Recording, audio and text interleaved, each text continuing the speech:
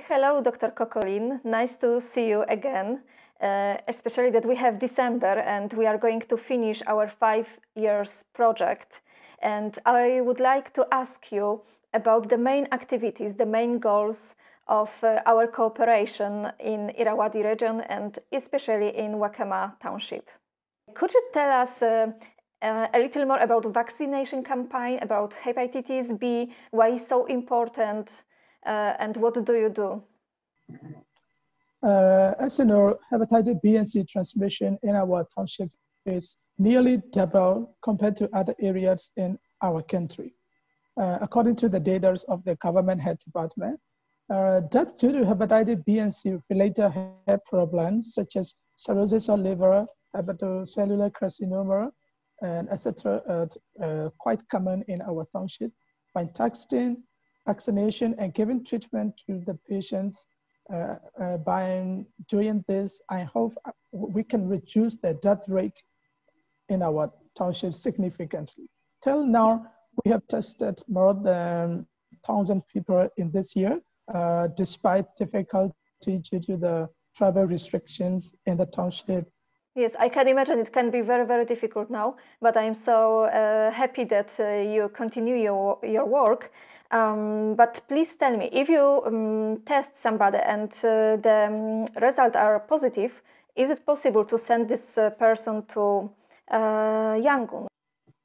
It is difficult to send the people to Yangon because Yangon is announced by the government as stay-at-home areas. But apart from pandemic. But after testing the patient positive, we can have done a lot because I have some cooperation with the hepatologist from Yangon, and I help them to see the hepatologist via video conferencing like this in Wakema. I work as the local doctor by doing history taking and physical examination, and a hepatologist instructed me to do some blood tests, and I have to report her after testing, and hepatologist give the treatment to patients. Yeah, that's perfect. And we also can buy immunoglobulins, yes, for newborn baby. So they are sent to the hospital, and if you find some pregnant woman who is hepatitis B positive, it's possible to give this treatment to newborn baby.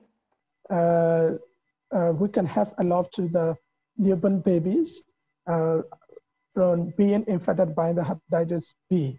Now we can support some immunoglobulins supported by the Polish Aid program at the hospital, and we can give to the mother, to the pregnant women, to the newborns of the pregnant woman with hepatitis B positive. It is really very helpful. Yeah, it's perfect. Because this medicine is quite difficult to buy, and it's also quite expensive for the villagers.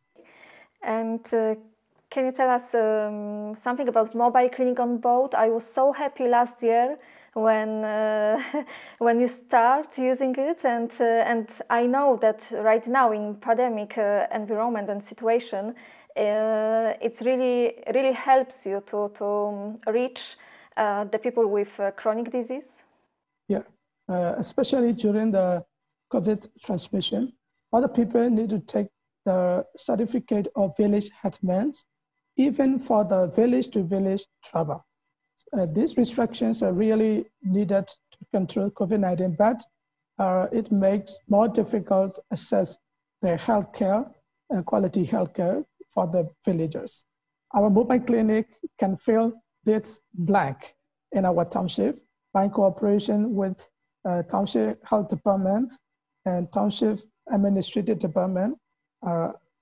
Our Polish medical mission doctors went to the far villages with difficult transportation, especially, as you know, the people with the patients with hypertension and diabetes mellitus. They needed to take the regular medical checkup and regular medical care. And so we can have a lot of them because without the mobile clinic or Polish medical mission, it is very difficult for them to take the medicines regularly and they will be the victims for the COVID-19 in this period. So we are also so glad that you can do it. This year we have also health education dedicated to society and dental education and activities. Can you just tell a few words about the topics and the aim of these talks? So, we all agree that prevention is better than cure in each and every country, in each and every area, but it's really more important for the people in developing countries like Myanmar, because our people don't have much money to spend on their health, especially at the hospital, to get the expensive medicine. So prevention is really very important for them, and it is really cheaper and safer for them. So many people in developing countries, are losing their lives not only due to the poverty, but also due to the ignorance. So prevention is usually safer and cheaper for them. I believe we can have them a lot in rural areas. We can distribute, we can share our health knowledges about hepatitis B and C, hypertension, reproductive health, diabetes mellitus, and dental hygiene. Together with the dental hygiene, I give some talk on personal hygiene of both adults and children. I hope this can help them a lot. Yeah, I'm sure that it's really necessary, but we can connect with that also the rainwater tanks, because it's really difficult to find a good source of water in our townships. So this is also a part of the project, and I think that more than 20 rainwater tanks were already built. To get a clean drinking water is still one of the challenges in our township. Many people in rural areas are drinking the river water, which is contaminated with insecticides, fertilizers, and other chemicals used in the farming. The river water is also contaminated with the animal feces, because some of the animal husbandry are built on the banks of the river.